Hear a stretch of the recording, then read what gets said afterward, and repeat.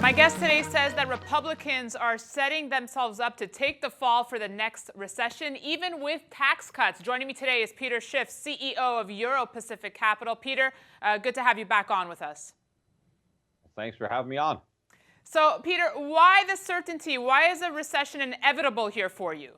Well, I mean, recessions have been happening for quite some time, and the next one is long overdue.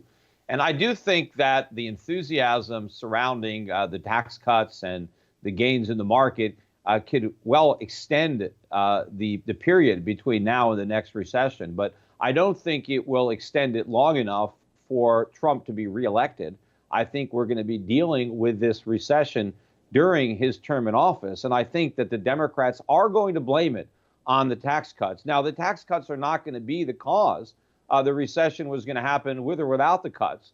But they've certainly set themselves up to be blamed for the recession, especially since they've made so many promises, right? All the great things that are going to happen as a result of these tax cuts that they've already taken credit for.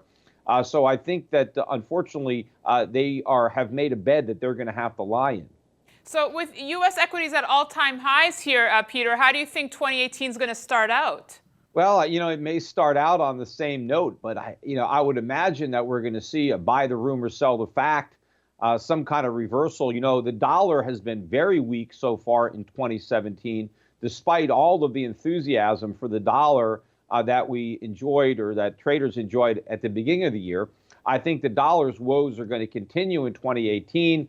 I also see that commodity strength is really building, and I think you're going to continue to see that. I think it was last week we saw producer prices up 3.1% year over year.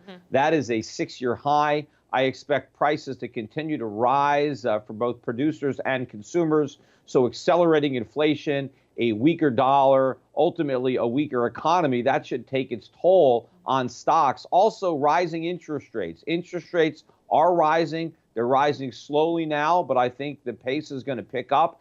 And increasing interest rates are also going to exert downward pressure on the economy, perhaps more downward pressure than whatever upward pressure we get from the tax cuts. And Peter, you also brought up another point, China, and how they may want to dethrone the dollar and could take a step in that direction before year end, which I saw you said might prove to be the nightmare before Christmas. How so? Well, I don't know about anything happening before year end. I mean, I think China has been positioning itself for, ultimately when the dollar is no longer the reserve currency. And, that process has been going on. It's ongoing and it will continue. And it's not just China. I mean, I think a lot of the world is trying to move away from the dollar.